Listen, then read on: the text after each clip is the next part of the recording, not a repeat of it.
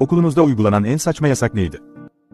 Bir öğretmen ders başladıktan hemen sonra kapıyı kilitlerdi. Eğer herhangi bir sebepten dolayı geç kaldıysanız ya da sınıftan çıktıysanız ders sonuna kadar giremezdiniz.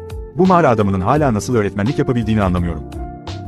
Kızların ayak bileklerini göstermesi yasaktı. Müdürün odasında bir yığın çorap vardı ve bunları gerektiği zaman kız öğrencilere dağıtırdı. 4 kişiden fazla grup oluşturamazdık. Çünkü bu bir çete olarak kabul edilirdi. Bileklik takmak yasaktı. Çünkü bir dergide bileklik renginin ne tür cinsel aktivitelere açık olduğunuzu gösterdiğine dair bir makale vardı. Aynı gerekçeyle kol saatlerini de yasaklamaya çalışmışlardı. Okuldaki tek erkek tuvaletinin kapısına kilit takmışlardı.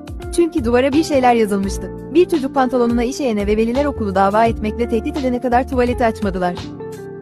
Tuvalet kağıtları kabinlerin dışındaydı. Yani sıçmaya gitmeden önce ne kadar kağıda ihtiyacınız olacağını hesaplamanız gerekiyordu. Eve giderken yol boyunca kravatlarımızı çıkarmamız yasaktı. Bazı piç öğretmenler ana yolda durur ve kuralı çiğneyen öğrencileri yakalamaya çalışırdı.